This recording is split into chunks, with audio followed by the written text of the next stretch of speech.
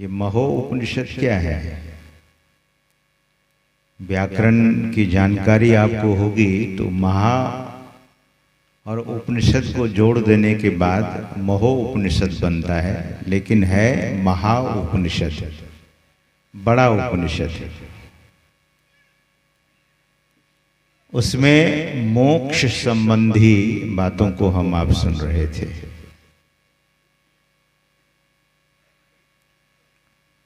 मोक्ष द्वारः द्वारपालः चत्वारः परिकीर्तिताः समो विचारः संतोषः चतुर्थः साधु संगमः।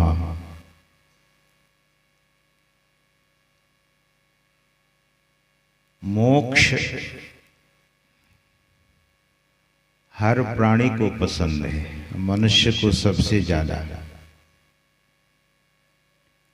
पूज्यपाद महर्षि साहिब स्वामी जी महाराज कहा करते थे कि छुट्टी सबको पसंद है। आए दिन शिक्षकों की शिकायत रहती है कि महाराज अब छुट्टी नहीं मिलती है।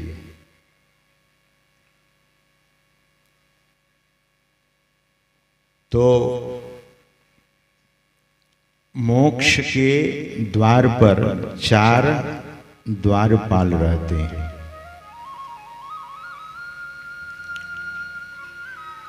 सज्जनों, 4 द्वारपाल।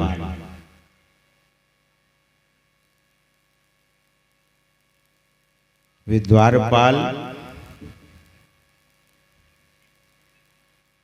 3 आपके साथ ही है।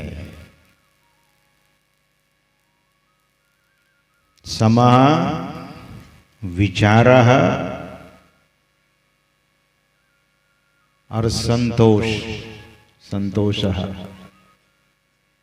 3 तो व्यक्ति के साथ ही साथ है। और चौथा जो द्वारपाल है, वह द्वारपाल साधु संगम है, यानी साधु महापुरुषों का संग है।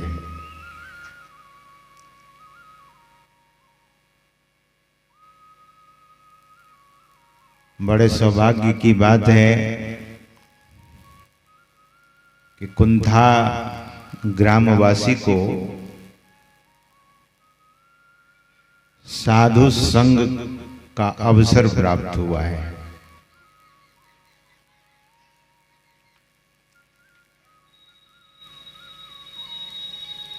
गोस्वामी जी कहते हैं कि जब परमात्मा की बहुत कृपा होती है, आहत की कृपा होती है, जब वे दयाद्र हो जाते हैं, जब वे आप पर विशेष कृपा करते हैं, तब साधु संत महापुरुषों का, साधु संतों का, महापुरुषों का संग की प्राप्ति होती है। साधु जब मिलते हैं तो गुरु नानक देव जी महाराज कहते हैं कि साधु मिलाए यह सब टले। क्या सब टलता है? जब साधु महापुरुष मिलते हैं, साधु संतों का दर्शन होता है, तो गुरु नानक देव जी महाराज कहते हैं कि यह सब टले। क्या सब टलता है? काल जाल जम चोट।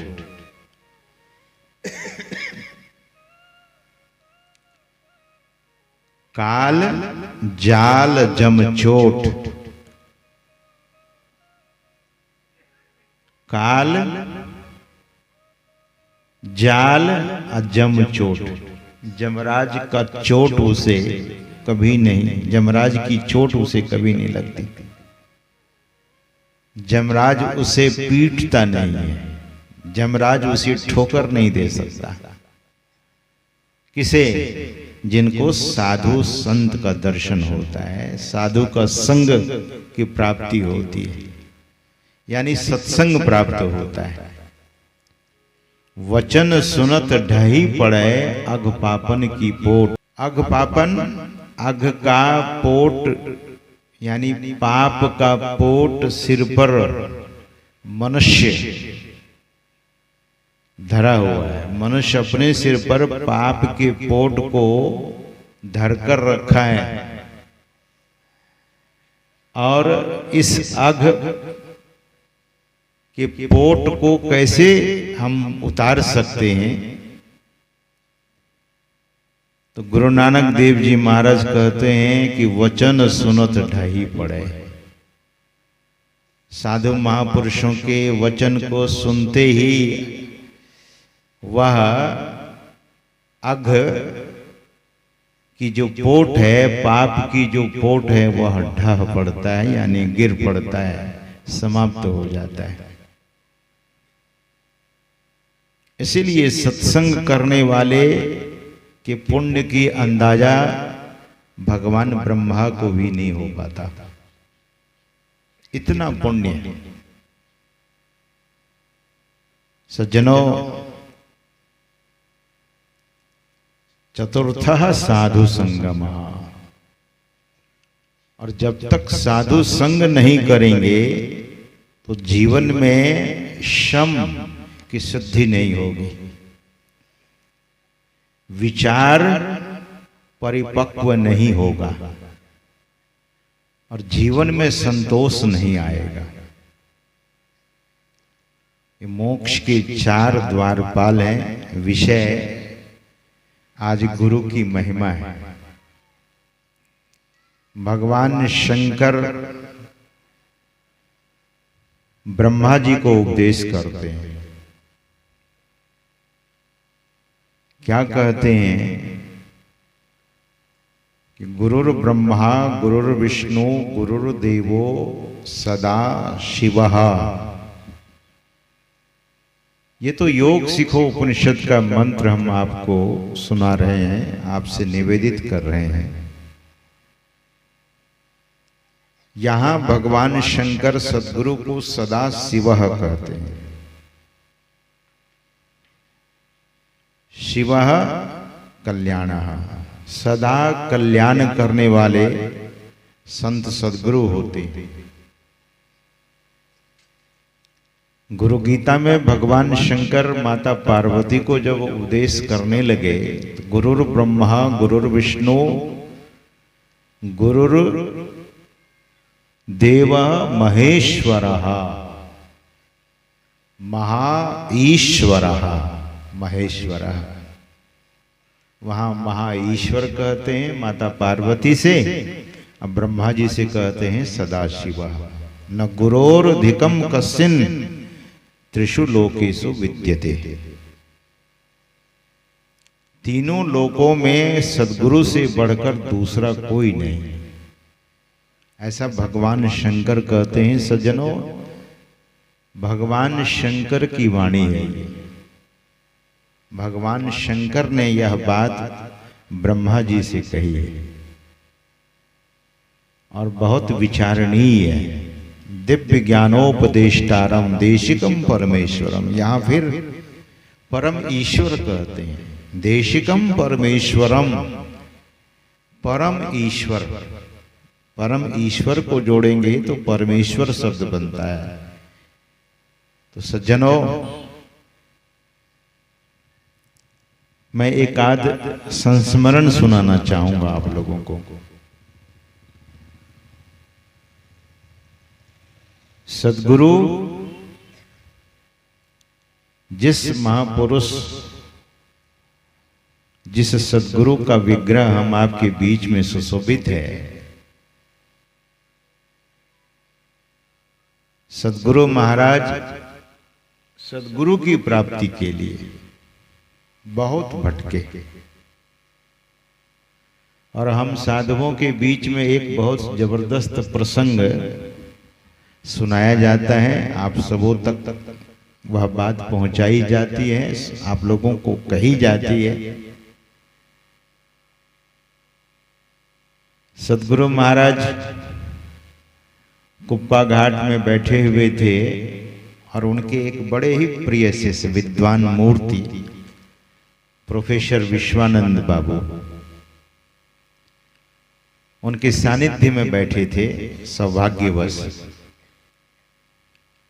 तो सद्गुरु महाराज विद्वानों का बड़ा सम्मान करते थे, स्नेह भी करते थे। तो मौज में आकर सद्गुरु महाराज कहते हैं कि विश्वानंद बाबू, मैं बड़ा सौभाग्यशाली व्यक्ति हूं। तो प्रोफेसर साहब थे, हाथ जोड़कर कहते हैं कि हुजूर, निश्चय ही आप सौभाग्यशाली हैं, लेकिन कहना क्या चाह रहे हैं? तो उन्होंने, सद्गुरु महाराज ने कहा कि परम संत बाबा देवी साहब जैसे मुझे संत सद्गुरु मिले, इसीलिए मैं बड़ा सौभाग्यशाली हूं। सद्गुरु महाराज ऐसा कहते हैं तो प्रोफेसर साहब हाथ जोड़कर कहते हैं कि मैं भी आपसे कम सौभाग्यशाली नहीं हूं। कहते हैं कि मैं भी आपसे कम सौभाग्यशाली नहीं हूं। सद्गुरु महाराज पूछते हैं कि आप कैसे हुए? तो प्रोफेसर साहब ने कहा कि आपको सद्गुरु ढूंढने में बड़ा समय लगा हुजूर, लेकिन मैं इतना सौभाग्यशाली हूं कि सहज में ही, महर्षि में ही जैसे मुझे सद्गुरु मिले हैं। सहज में ही, मुझे इतना खोजना नहीं पड़ा, इतना ढूंढना नहीं पड़ा, इतना परिश्रम करना नहीं पड़ा, सहज में मिले। सद्गुरु महाराज बड़े भावुक हो गए उनके समर्पित शब्द को सुनकर। जहां कोई कपट नहीं था शब्द में, बड़ी सरलता थी, बड़ा समर्पण था।